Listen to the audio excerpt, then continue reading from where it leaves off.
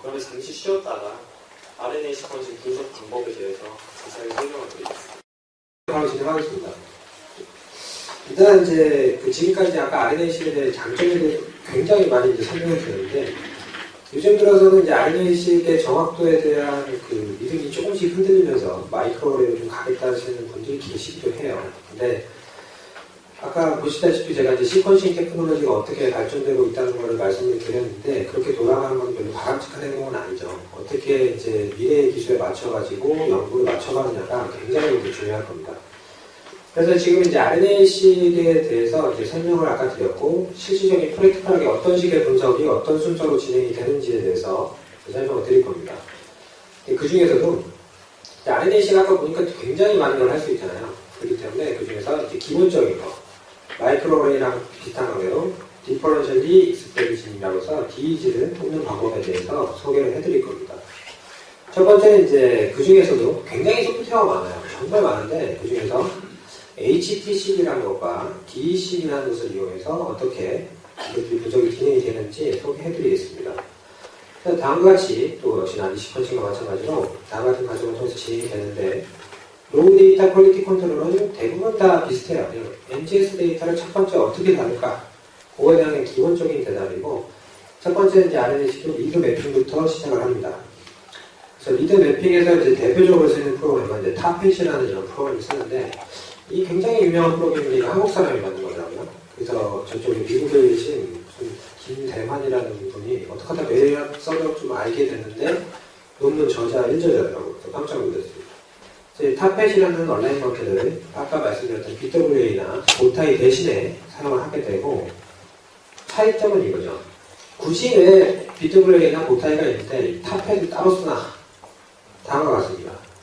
mRNA는 얼터너티브 스플라이싱이라는 과정을 통해서 엑손끼리 막 이렇게 붙게 되죠. 인트론이 제거되는데, 이 엑손의 정션 부분에 이제 시퀀싱이 되는 이런 프로그램들은 매핑을 그냥 하면 붙지는 않아요. 왜냐면 떨어져 있는데 이제 붙어갖고 이렇게 시퀀싱이 되는 거니까.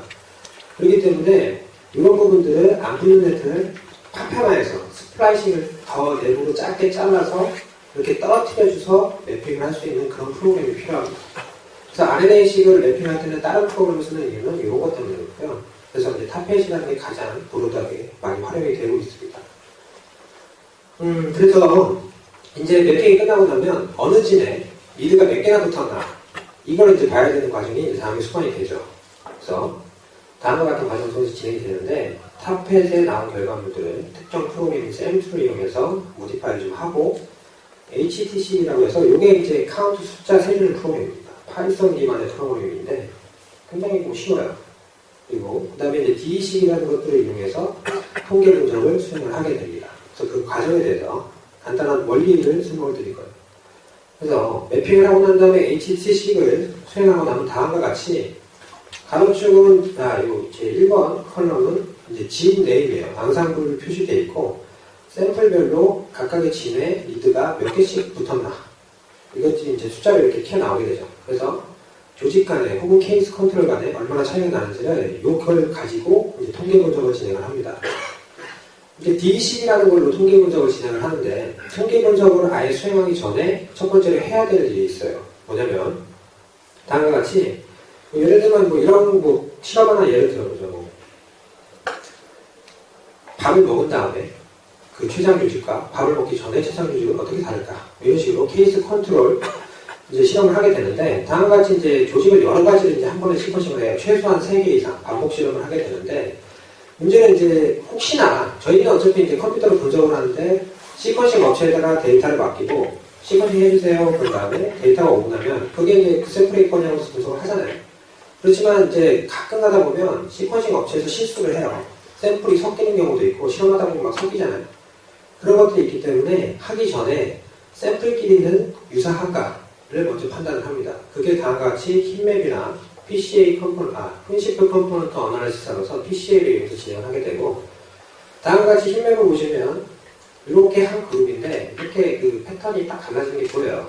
그래서 리드 카운트를 기반으로 상호 간의 디스턴스를 계산을 해갖고 샘플이 섞이진 않았는지, 샘플이 안 섞였으니까 진행할 수 있겠네, 이런 식으로 미리 한번 판단을 해줍니다. 마찬가지로 PCA도 비슷한 것들이 묶이게 되거든요.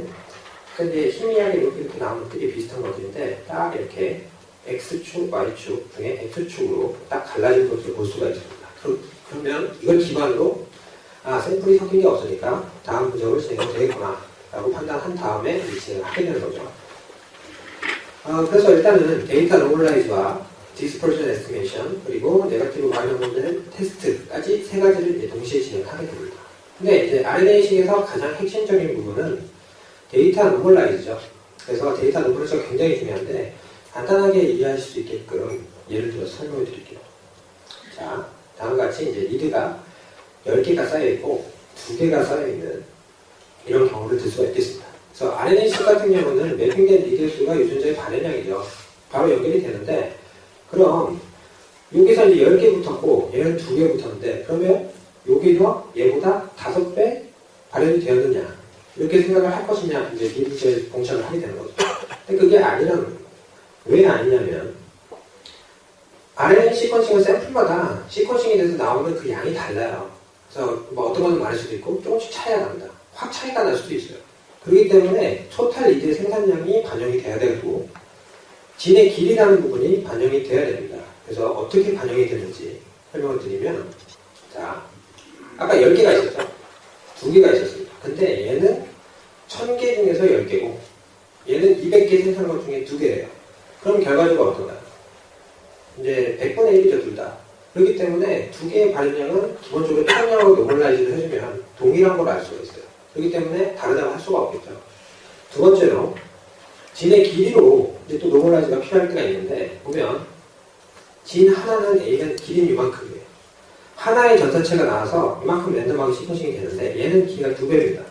그러면 2배니까 시퀀싱을 랜덤하게 진행했을 때 2배가 나오겠죠. 그러면 하나가 나왔는데 얘는 진이 2배 발현되는 거예요? 아니죠. 똑같이 전산체가 하나씩 발현되는 겁니다. 그렇기 때문에 다음과 같이 이제 굉장히 FPKM이라고 혹은 RPKM이라고 들어보신 분들 계실 거예요. 프레그 퍼 킬로베이스 오브 엑손 퍼 밀리언 프레그먼트 랩트 이렇게 되어 있는데 간단하게 이제 수식어 같은 게 있습니다. 전체 이제 붙은 리드의 개수를 진의 길이와 전체 총량으로 나눠준 거죠. 그러면 비교할 수 있겠구나 라는 생각으로 FPKM을 썼는데 여기서 FPKM하고 RPKM의 차이점은 FPKM은 페어데드 데이터 RPKM은 예전에 이제 페어데드 나오기 전에 그냥 싱글핸드 데이터를 표현할 때 이렇게 썼습니다. 리드퍼예요, 리드퍼. 그래서 이제 다음 같은 걸 썼는데 문제가 생기기 시작했어요. 뭐냐면 진의 길이를 반영을 했는데 진의 길이가 2배라고 해서 2배 시퀀싱이 많이 되지 않다라는 거죠. 진의 길이로 노멀라이즈를 했는데 바이어스가 생기기 시작을 했어요. 진의 길이가 그냥 나눠준다고 되는 게 아니더라고요. 그러니까 사람들이 다시 그럼 어떻게 할까 생각을 한 게 그러면 다른 진 길이는 비교하지 말고 같은 진 길이만 비교하자.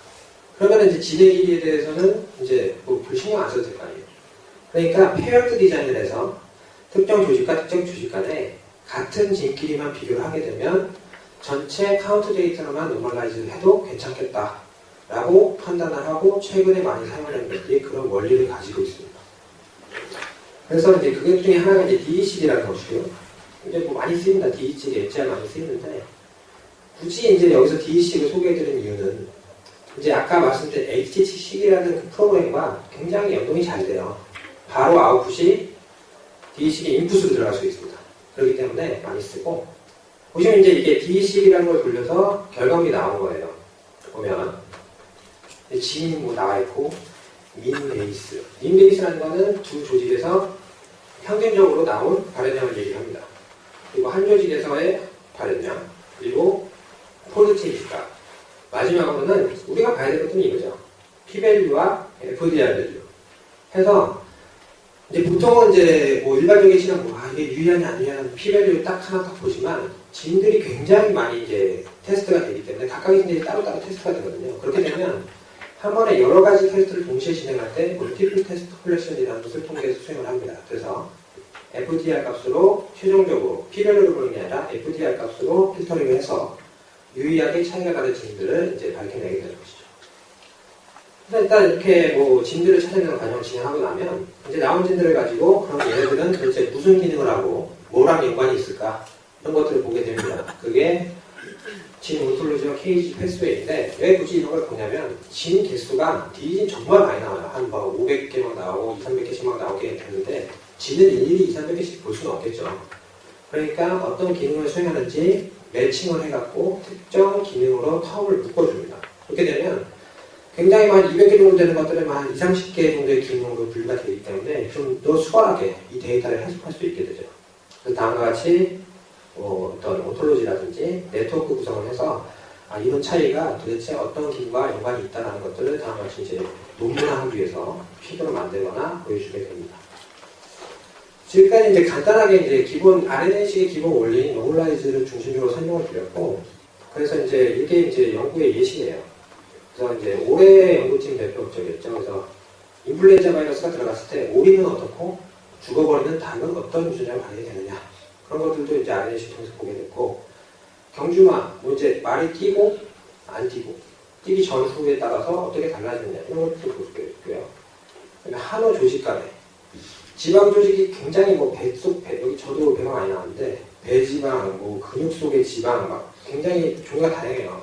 이런 지방 속에 있는 조직 간에는 그 발현량의 유전자가 어떤 식으로 다를까, 이런 것들을 보게 된 연구가 대표를 할 수가 있겠습니다.